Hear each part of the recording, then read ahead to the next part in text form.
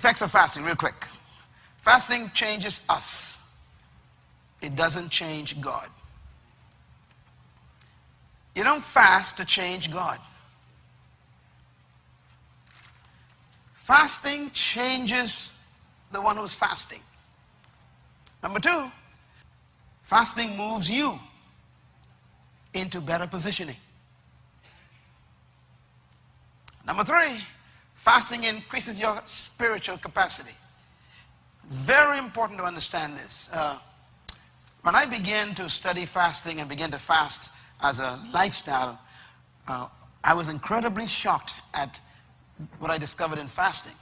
Not just from what I read and researched, but in my own experience with it. Fasting is like having a pipe in your house hooked up to a big tank of water. And this pipe has not been cleaned for a long time. So it has built up grit on the inside, and it keeps getting smaller and smaller to the point where there's just a little hole. Everything else is clogged up with rust and dirt and muck. The pipe is big, but the hole is small because it's all messed up with gunk. The amount of water in the tank is still the amount. But what you receive through your pipe is regulated by the size of your clogged up pipe. And if you're not careful, you can actually close that hole up completely. I wonder if there are people in here who are suffering from spiritual clogs. God says, look, I want to use you to reach the world through you.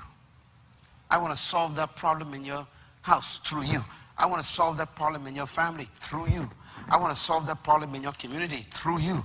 I want to solve that problem in your country through you. But I can't get through you. You're clogged up. Fasting is like Drano. Fasting is where you stop clogging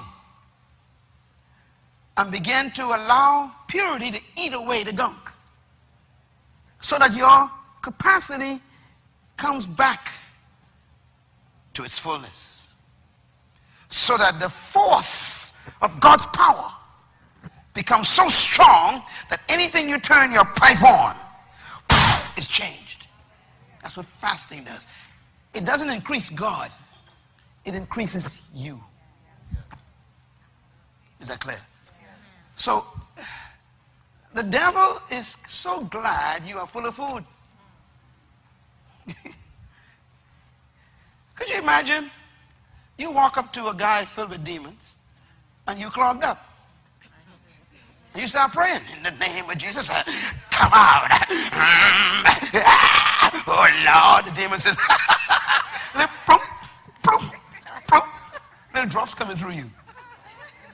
That's what happened to the disciples when they prayed for that demon-possessed boy.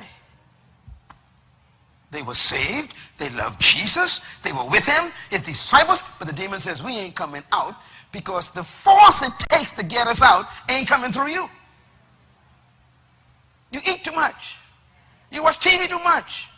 You on the internet too long. How can you cast us out? You on Facebook every single minute. You ain't got no power. And Jesus walked down the mountain and says, what's going on here? And the people were all in the village upset. And Christ says, what happened? And a man came and said, Lord, I brought my little boy to your disciples, and he's filled with a demon, and they could not cast him out, he said. Jesus Christ did not speak to the man or the boy first. He turned to his disciples first, and he asked them a question. How long must I be with you? In other words, I've been showing you what you should be doing. You're trying to do what I do without doing what I do. You think praying for the sick is because I can pray for the sick. He says, I dealt with that when I was fasting last week. My capacity is wider than yours. And then he said, bring the boy to me. And he just spoke. Out. Blown out. We know the story. At lunch that day, everybody was quiet, eating their nuts and dates. And then someone put up the courage and said to Jesus, Master, you know that incident this morning? Yes. You know, you embarrassed us, you know. What do you mean I embarrassed you? Yeah, you know, anyhow, why couldn't we cast the demon out, they said. We prayed, and you prayed. He says, this kind doesn't come up by prayer. Your capacity was too small. Demons love saints who like to eat. I mean, it seems as if the church has an eating ministry. On Sunday, you go to any restaurant, full of the saints. Not you, I'm talking about you now, you don't go. It's the one right behind you. These people are amazing. I know this ain't you, but you know, we go straight to food. It's like, yippee!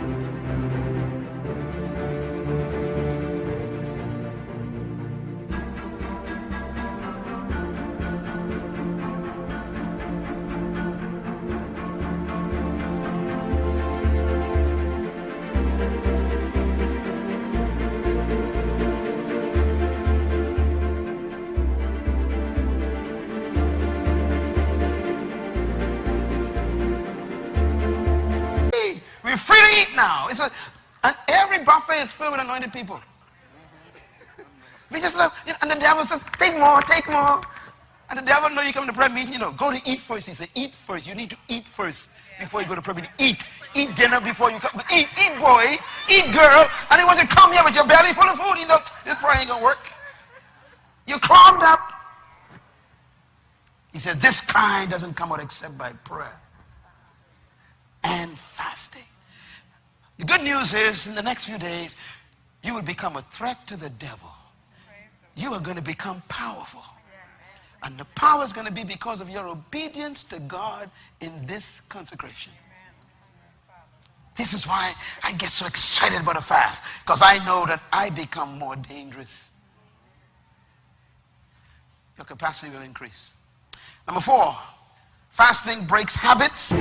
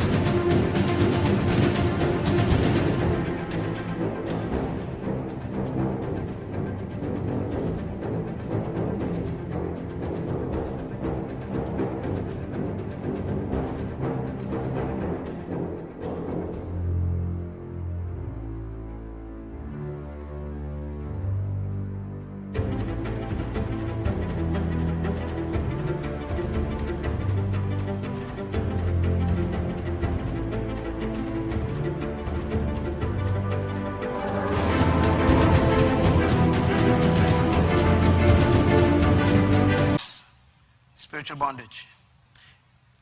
Some of you don't know how powerful habits are. All I know is you suffer from them. It can be any kind of habit. Drugs, cigarettes, alcohol, sex, pornography, lust, all this stuff that you're fighting with. Even some of the barbiturates and some of the pills they're making you take for upper...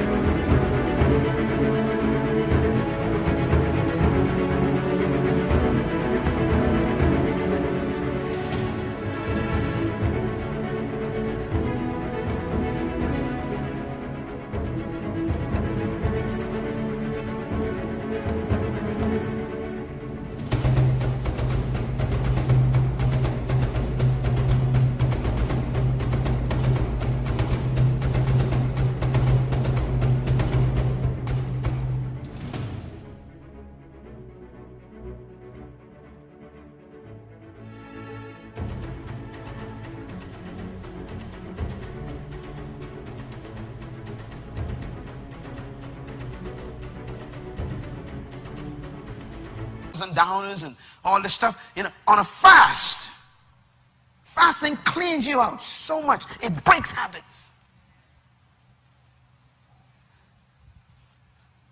I've met so many people who came to me with problems, with habits.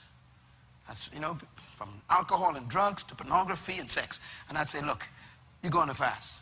And I want you to fast for 10 days. 10 days. In other words, you got to break the 8th day. No food, no company, it's you and the Word. And they come back to me, totally healed. No desire for anything except God. You go to psychologists, pay some money, go to psychiatrists, and lay on the bed and talk about how much they deal, you know, and just go on a fast. Break it.